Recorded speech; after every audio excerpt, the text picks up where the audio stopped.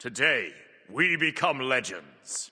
Patch OB4 for Smite 2 launches today with 2 new gods, major conquest changes, sweeping balance adjustments, and more. Here's your quick patch day breakdown and recap of everything you need to know. First up, a new store page is coming with this update, which will showcase new skins and chests. 2 chests are being added in OB4, with the classic skin chest purchasable for legacy gems only and containing, you guessed it, classic skins, as well as the chaos chest featuring dark, fiery, and supernatural skins. As with Smite 1, these chests cannot roll duplicates and all drops have the same odds, with each roll being cheaper than any of the skins in the chest individually, at the cost of not knowing what you're getting. In terms of new skins for OB4, we have 3 classic skins coming with Foxy Amaterasu, Baron Frostchild Ymir, and La Roca Hercules. 4 cross-gen skins are coming, which of course if you own them in Smite 1 will be given for free. These are Summer Fun Medusa, Hellforge Thor, Lil Bite Sobek, and Nanomancer Baron Sandy. And finally, Bossman Dan Zaburo is coming as part of the Divine Legacy event, which is a reworked take on the Don Zaburo skin from Smite 1. Artemis will be launching with the OB4 update, and Awilix will come 1 week into the patch. I have a full video showcasing these gods in more detail, but here's a quick rundown of the changes they're getting coming into Smite 2. For Artemis, she can now see enemies in stealth grass within basic attack range. Her second ability will now gain a charge every basic attack you hit on a god. At 4 charges, the buff duration is extended by 3 seconds, and this can repeat indefinitely. Tusky had some AI improvements, so you should hopefully now be smarter and better at picking targets. And finally, Artemis is launching with an aspect which makes her traps no longer root and cripple, but deal damage in a larger area and can now trigger off of minions, giving her additional wave clear and AoE damage at the cost of crowd control and lockdown. Awilix is getting some changes as well, with her passive boost from engaging out of combat extending from 4 seconds to 6 seconds if you initiate with a leap from Suku. Her 3 can now also be used while mounted and will not dismount her, and while her ultimate steroid effect is active, Awilix will now gain the maximum benefit of Feather Step regardless of her current attack progression. Awilix will not be launching with an aspect though. Moving on to some general game changes, Aphrodite, Achilles, and Phantom Seas Poseidon have had their faces updated by community request. Thor's aspect will be launching with OB4, which makes his passive Thunderstruck effect, normally gained from his 3 and ultimate, into a permanently active effect. And every 3rd time he hits a god with it, he heals and slows and trembles the enemy. His passive will also provide protections instead of strength with the aspect on, but his 1 will only deal normal damage on the return swing, not double, as well as his wall having its strength scaling removed entirely when using the aspect. You can now hover a god in the tab screen to view their abilities, very useful for newer or inexperienced players that don't know what every god does yet. Titans will no longer cleave minotaurs and deal reduced damage to them. Arena's blue buff now grants plus 5 mana per second and 20 cooldown rate. Assault is getting the team bench feature, which puts rerolled gods into a pool that you can take from if you wish. Respawn timers were also reduced in Assault to help prevent those games that end insanely early due to long respawn timers. Moving into conquest changes though, player XP kill rewards have been adjusted, with the base reward for a kill being dramatically increased, and the multipliers for killing very far ahead enemies have been increased, while the multipliers for killing very far behind enemies have been decreased. The runic bomb can now be used to permanently destroy enemy base stalls in Conquest. The obsidian dagger's damage buff duration has been increased from 6 seconds to 9 seconds if you use it without the revive effect. Tower bounties have been removed from tier 2 towers entirely, but dramatically increased on tier 1 towers. Minions damage to towers across the board has been increased, while damage from towers to minions has been decreased across the board. Both towers have had their max health, magical protections, physical power, and penetration all lowered, making towers less lethal and you more lethal to towers. Phoenix got similar but slightly different changes, with the max health going up but protections and power and penetration still coming down. While they've also added a new damage reduction effect unique to Phoenixes, where if a damage source deals more than 2.5% of the Phoenix's max health in 1 hit, the damage gets scaled down, and this scales up the larger the hit is. Phoenixes also now respawn at higher health and no longer have a max health penalty on respawning, meaning they can regenerate back to their full normal health rather than half before this update. Alright, that's it for conquest changes though. Let's move into some god balance for OB4. First up, Sol's aspect ability damage increase has been reduced from 7.5% to 6%.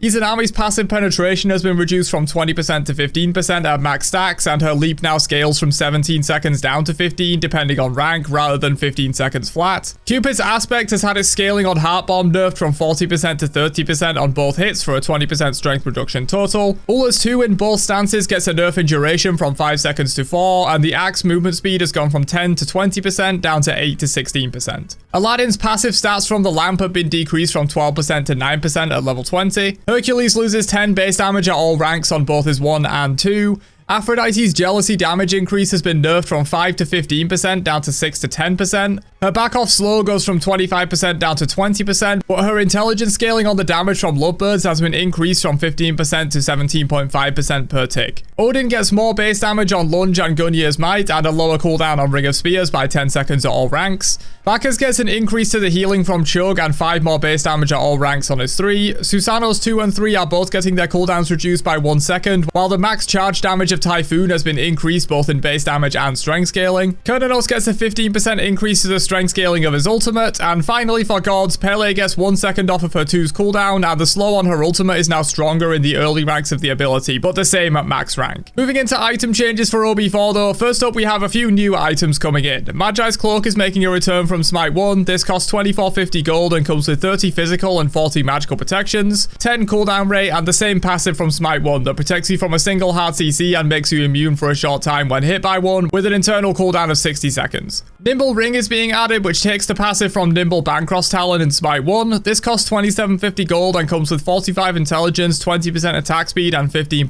lifesteal. And for every 30 intelligence you have, you gain 2 basic attack damage and 2% attack speed. Bancross Talon is also making a return with very similar stats to Smite 1. This costs 2550 gold and comes with 40 intelligence, 150 mana, 2 mana regen, and 15% lifesteal. The passive grants up to 60 intelligence and 10% lifesteal based on your missing health, maxing out at 40% health. In a similar vein, Typhon's Fang is getting its Smite 1 passive back in this update that grants you a 10% boost to all healing received from lifesteal and grants intelligence equal to 1.75 times your lifesteal. Moving into regular balance though, first up, Soul Reaver's base max health damage has been decreased from 1% to 0.5%. Lifebinder's cooldown has been increased from 15 seconds to 20, and the cooldown refund from kills and assists has been removed completely. A variety of percent penetration items have had their effectiveness reduced in this patch to help combat the issue of tanks dying too fast. Totem of Death and the Executioner now grants 6% pen instead of 7.5%, going from 30% to 24% at max stacks. Titan's Bane and Obsidian Shard go from 20% pen down to 15, and Rodder Tahuti goes from 10% to 5%. Heartseeker gets a 150 gold cost increase. Genji's Guard's passive trigger gets a 15-second cooldown decrease from 45 seconds down to 30.